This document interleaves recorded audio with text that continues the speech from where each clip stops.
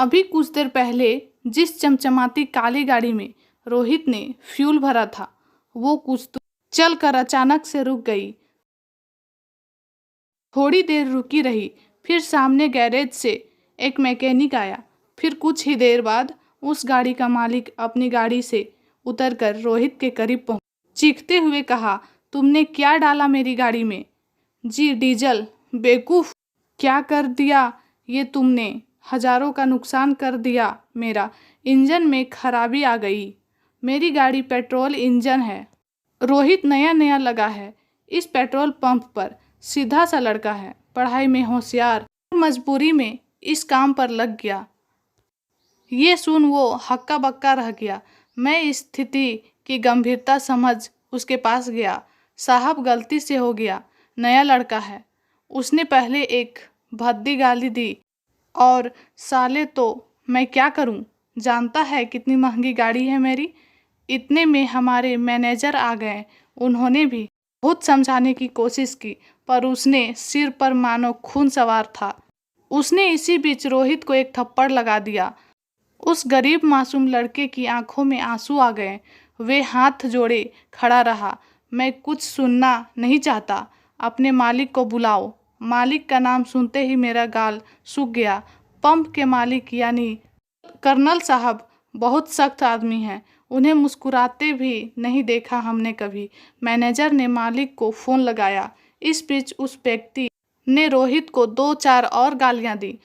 रोहित गर्दन झुकाए अपनी आंसू छुपा रहा था। एक गुनहगार की तरह उसे एक बेंच पर बिठा दिया गया। उसे देख मुझे दया आ रही थी, पर मैं भी बहुत विवश था। आज ना सिर्फ उसकी नौकरी बल्कि उसे इतना बड़ा हर्जाना भी भरना होगा। उसका चेहरा देख मन करुणा से भरा जा रहा था कि तभी कर्नल साहब की गाड़ी आ चुकी थी। मारे डर के मेरे हाथ पैर में झुनझुनी सी दौड़ गई। वे पास ही खड़े मैनेजर के पास आए और सख्त लफ्जे में पूछा, क्या बात है? सर, वो जो नया लड़का रखा है हमने, उसने गलती से पेट्रोल की जगह डीजल भर दिया इनकी गाड़ी में। ये कह रहे हैं इनका बहुत बड़ा नुकसान हो गया है, हर्जाना मांग रहे हैं। मैनेजर ने लगभग सारी बातें बताई। कर्नल साहब ने एक बार रोहित की तरफ देखा और फिर उस व्यक्ति के पास गए। कितना नुकसान हुआ है आपका? लगभग 15,000 रुपये का, उसने गुस्से में कहा। कर्नल साहब ने मैनेजर को उसे 15,000 रुपये देने को कहा। वो रुपए लेकर जाने लगा कि तभी तुम्हें भी अपना हर्जाना चुकाना होगा। कर्नल साहब ने सख्ती से ये कहा, हर्जाना? हाँ, तुम्हारे नुकसान की भरपाई तो हमने कर दी, मगर उस मासूम का क्या जिसे तुमने थप्पड़ और गाली दी है?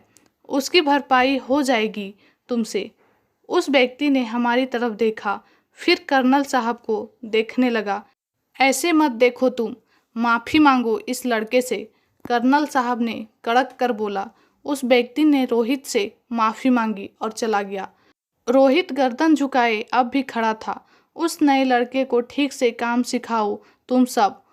हो सके तो सिर्फ पेट्रोल या सिर्फ डीजल वाले सिंगल पंप पर काम लो इससे।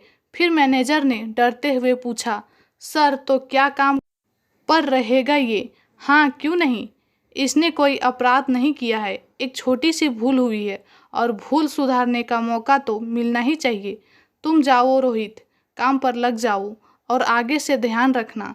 मैंने जाते जाते भी कर्नल साहब के सख्त चेहरे पर हंसी तो नहीं देखी, पर उनके चेहरे पर इंसानियत और मानवता देख मेरी आंखें भर आई।